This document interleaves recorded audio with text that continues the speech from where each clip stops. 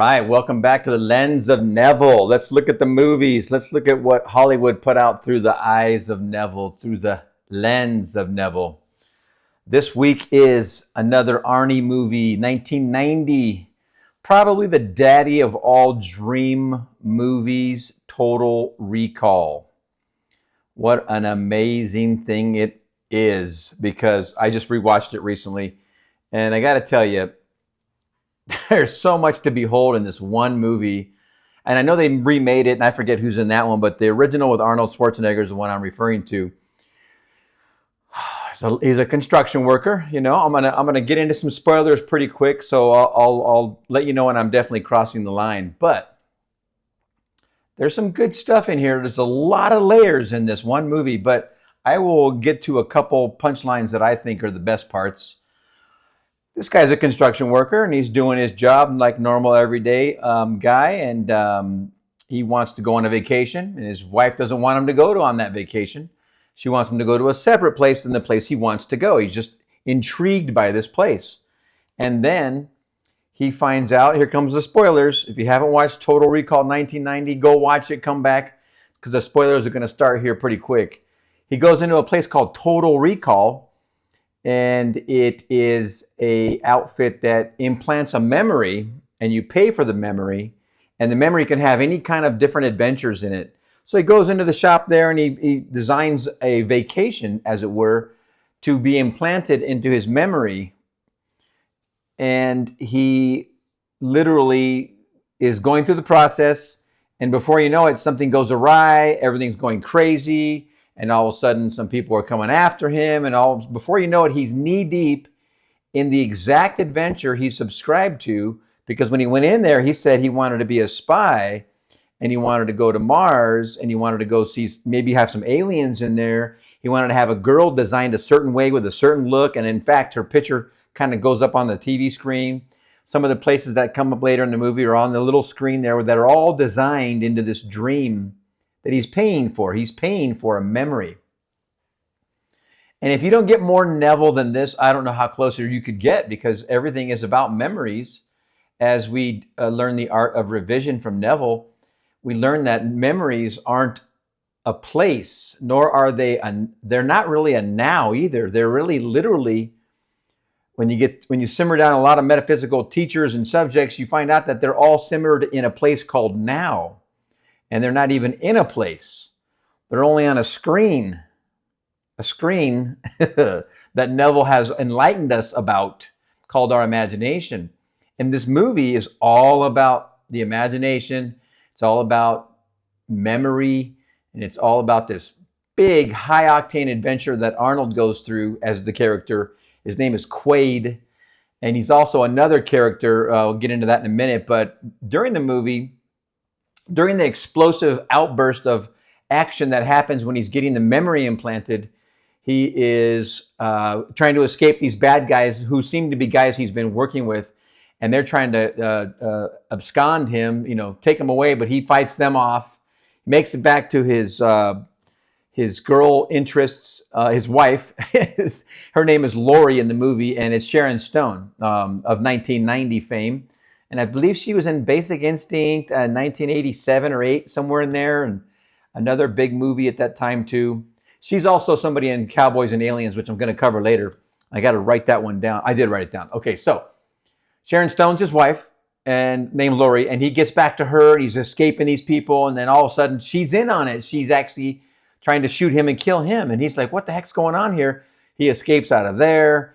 He finds his way to Mars. He finds his way. I'm going to skip ahead here a bit, because the main point is he's going through the adventure, all this intrigue. He's a spy, and he's got to make it to Mars. There's a special reason. He gets there, and then before you know it, he's involved with the rebel forces of that planet. He also has a love interest there as well, who used to be his, or maybe it was his ex or somebody he was with before. I forget her name or her character's name in the movie, but before you know it, he's actually involved with the leader of the resistance, and the leader of the resistance name is Quado, and they're a mutant type of humans. They're part human, part alien, I think.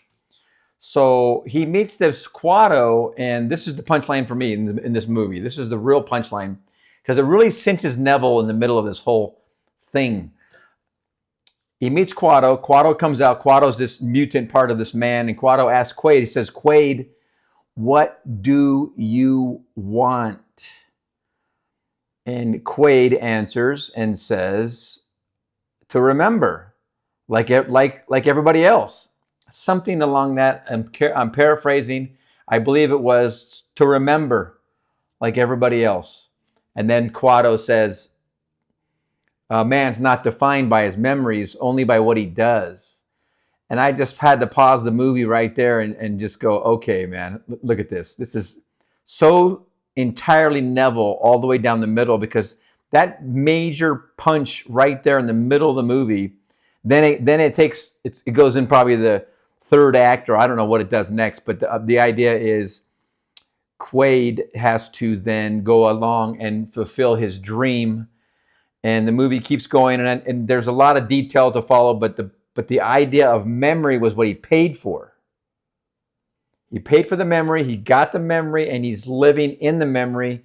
And the ultimate punchline at the end of the movie, spoilers coming right now, at the end of the movie, he does everything that was discussed when he went into Total Recall, this outfit that sold you memories.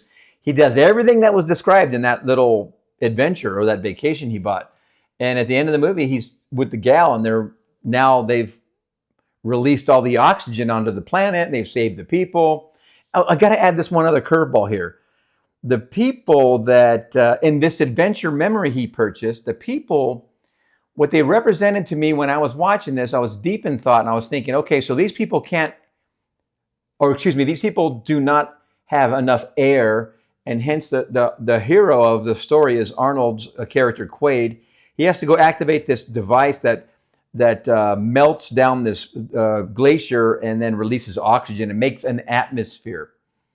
And in doing that, the air comes in and rushes, and these people that are trapped without air, they all of a sudden get this new oxygen. And I was thinking about that while watching. I was thinking, you know what those people represent? They represent the lack of beliefs, and they believe in the concept of lack. And the lack of beliefs could be anything, of abundance potentially, but they seem to be the people that were the lesser of the class system, because the guys who were in charge were making them suffer by not letting them have air, or they were going to try and sell them air at a higher price, etc. So when you get to that part of the movie towards the end, you'll see that the people represent, if you look at it this Neville lens way, the people represent lack, their belief in lack. And then this hero comes in and releases the oxygen and gives them all free air. Now the abundance has happened. So Arnold's character delivered them to the promise, basically. And then at the end, Arnold's character and the gal he's with, her name's Melina. The character's name is Melina. I just remembered that. And so they're at the end, and he says, "What if this is a dream, all of this?" And she says to him, "Well, you better kiss me before you wake up." And then they kiss, and then that's credits.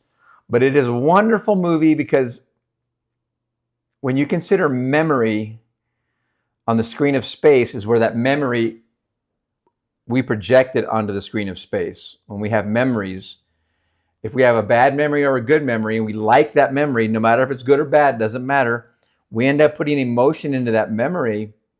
I was talking to a client today, and basically the cast of that memory onto that screen of space is how we play racquetball. The ball's the memory, and we beat it away from ourselves, and it bounces right back at us because it's bouncing against our own screen of space and coming right back at us.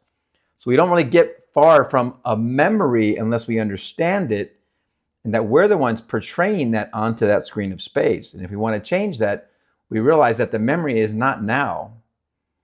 The memory is who knows when. The memory is created now when you think about it, but it's not right here.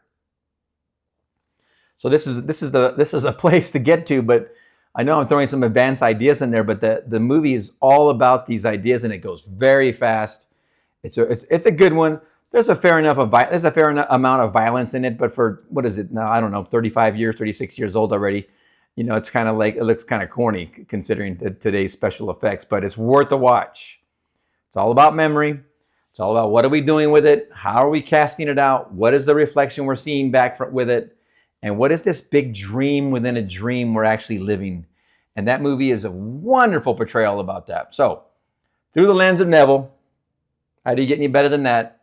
In my opinion, they couldn't have done a better job beginning to end. Oh, I just remembered another good movie you're really going to dig. Let me just get this down real quick because this one is really good. So you'll get that one probably in about 6 weeks. All right, I hope you enjoyed it. Any comments, suggestions? You want to see other movies broken down that you think are very Neville-like? Please leave in the comments. I'll give you some upcoming scenes here. Last Temptation of Christ is coming. The Heavenly Kid is it's a favorite of mine, 1985. Last Temptation of Christ is 1988. Quantum Leap, I'm doing season 1, episode 1. The most outstanding. Quantum Leap was an amazing show. Limitless, okay, Vanilla Sky is on the list. Butterfly Effect, that one's very, very much revision. Cowboys and Aliens, I just mentioned. Dark City was the one I just wrote down. And one final one to give you the scenes, this movie called Sphere, another Sharon Stone movie, coincidentally. And that one is really good. Talk about, oh my gosh. If you haven't seen it, watch it. And when I get to it, I'll get to it. It'll just be another through the lens of Neville breakdown. All right, hope you enjoyed it. We'll see you in the next one.